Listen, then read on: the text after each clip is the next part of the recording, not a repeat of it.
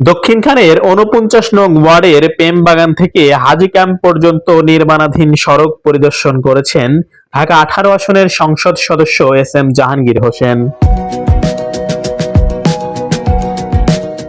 রবিবার সকালে সরেজমিনে সড়কের বর্তমান অবস্থা ও নির্মাণ কাজের বিভিন্ন সমস্যা পরিদর্শন করেন এস এম জাহাঙ্গীর হোসেন। এই রাস্তাটার জন্য তো অনেক প্রবলেম হচ্ছে আপনাদের, আমরা এখানে খালি আপনাদের না এলাকাবাসীর প্রবলেম হচ্ছে, ওটা দেখার জন্য আমি আসছি।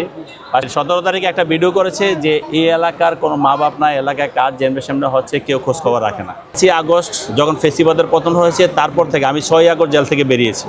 ৬ আগস্ট থেকে এই রাস্তাঘাট নিয়ে আমি কাজ করতেছি। ১৯ তারিখ থেকে এখানে তো ফুল সুইংয়ে কাজ চলছে, আমি যেটুকু জানি তাই না, আপনারা দেখেছেন এখানে ফুল সুইংয়ে কাজ চলছে।